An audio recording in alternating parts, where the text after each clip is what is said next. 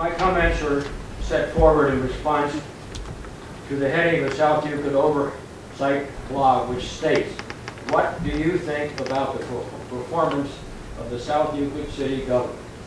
Now, I notice the mayor is not here tonight, so some of my comments are going to fall on deaf ears, but it certainly won't fall on the ears of those participants and residents who are here tonight.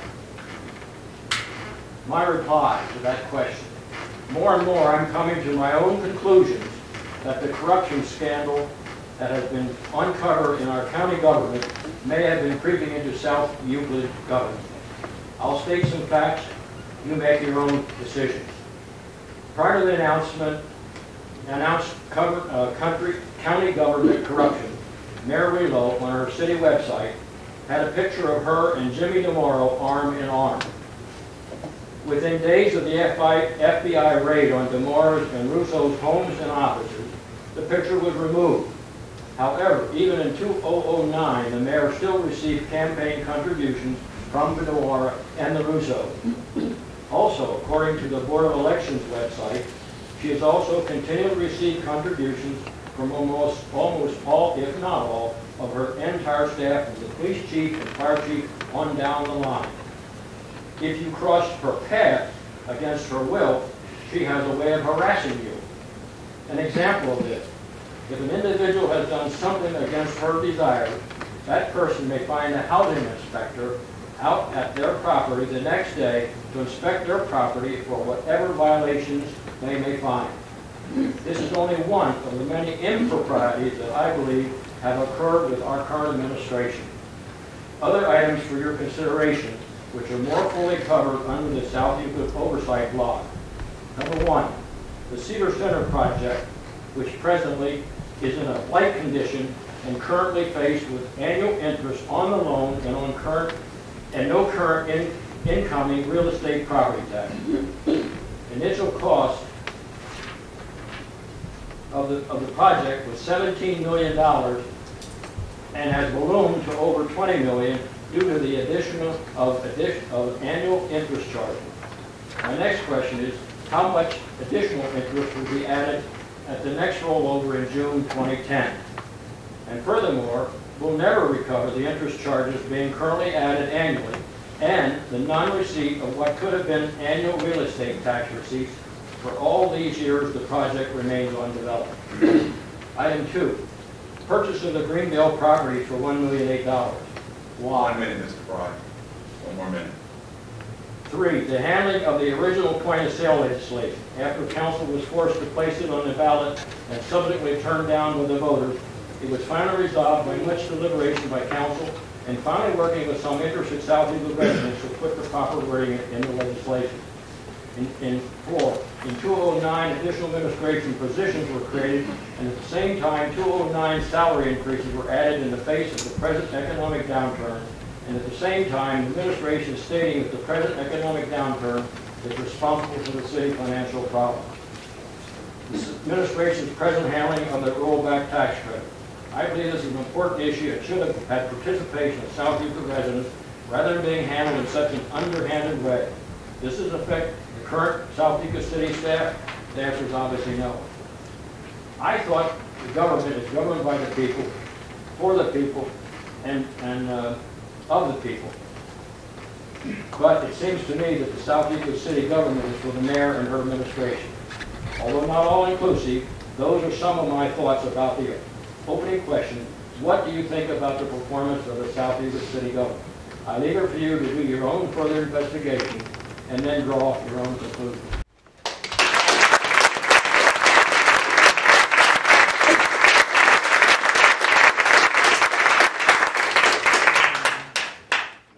That was my father.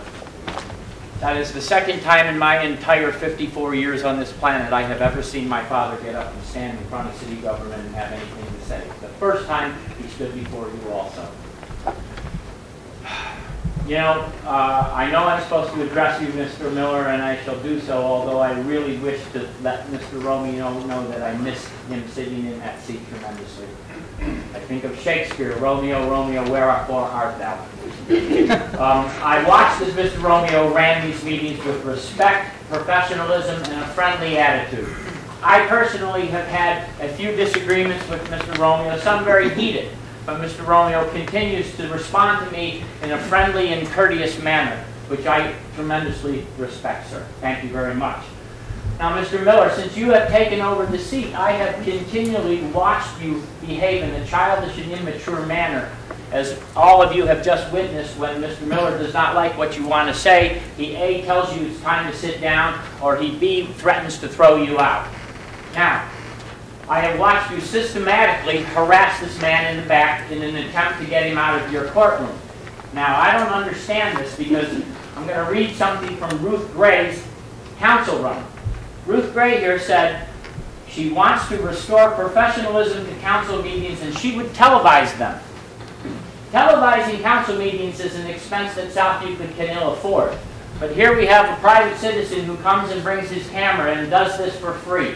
Now, I, as a citizen who can't make it here all the time, appreciate the service this man provides. Now, upon watching your behavior, Mr. Miller, I had a brief conversation today with the ACLU concerning your behavior. Now, there was a man back here who, when you had this outburst of telling somebody that you're about to throw them out if they have another outburst, he said, "Wait a minute, you don't realize this is America." The ACLU told me very briefly, based on what I told them of your behavior, they said, if it continues, Mr. Fry, you give us a call again, and I will do so. Now, concerning the people in attendance tonight, I've been coming to council meetings for a long time, and I haven't seen this many people in council chambers before. Had I known this, I would have attempted to raise your taxes myself a long time ago. So I want to thank Mayor Wheeler and you, Mr. Miller, for getting all these people to come here and witness how you run your council meetings. Now, concerning this financial crisis that we are in, quite frankly. Mr. Fry, you have 1 minute. Thank you. Most of the money I find that used to be in your prudent reserve is going down the drain called Cedar Center, which I am afraid is probably never going to be developed. Now, I have watched Mr. Schoenwald here repeatedly stand before you in council and ask for an accounting of Cedar Center. And I ask you now, Mr. Schoenwald, have you ever gotten an answer of anything? Limited. Limited.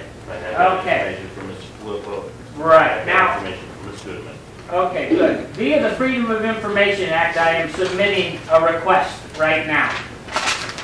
It says, to whom it may concern, I am making a Public Records Access request for all information and records concerning the use and accounting of all money spent on the Cedar Center redevelopment project from inception to 5/24/2010. I have copies of this letter for any of you who might wish to receive it yourselves, and I also have blank copies if you feel to sign your name and request these records yourself, because this is where your tax dollars are going, not where they tell you are. We have never been given a proper accounting of the public monies that you have spent on Cedar Center, and I am hereby requesting it now. I will keep the Sun Messenger and the Plain Dealer informed of my success of receiving this information. Thank you.